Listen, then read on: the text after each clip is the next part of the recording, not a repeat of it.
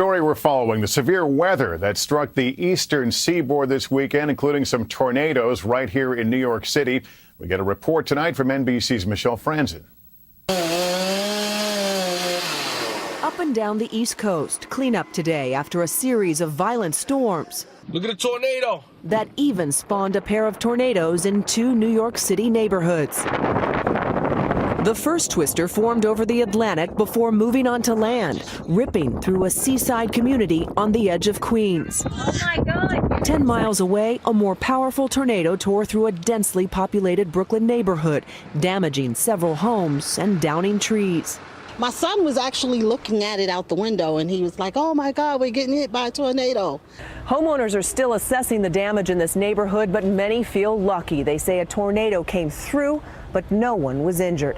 Yes, I'm very fortunate nothing happened. The threatening skies caused delays at sporting events.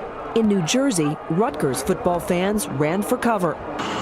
The Washington area was also hit hard with winds of nearly 60 miles per hour. In Virginia and Maryland, the storms toppled trees, smashed cars, and left 150,000 customers without power. And on the Potomac River, 19 people were rescued after the large racing boat they were on capsized. What powered these violent storms? We saw a very big shift in the weather pattern in the last couple of days, with cooler air dropping down, and that produced 300 wind reports all across the Northeast, and then we got the tornadoes in New York City on top of that. Volatile storms that are not uncommon this time of year, but this weekend they packed an extra punch. Michelle Franzen, NBC News, New York.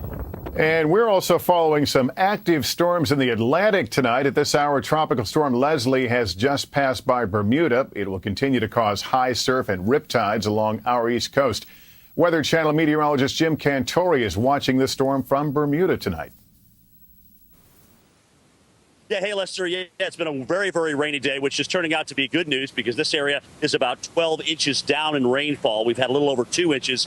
And we just got word from the National Security Minister that he is giving Bermuda the all clear here in terms of having no injuries and no major structural damage. So good news. But Leslie is still a big storm, and it's going to make its way up into Canada. Let's go ahead and show it to you on satellite, first of all. This thing has about a 200-mile wide tropical storm wind field.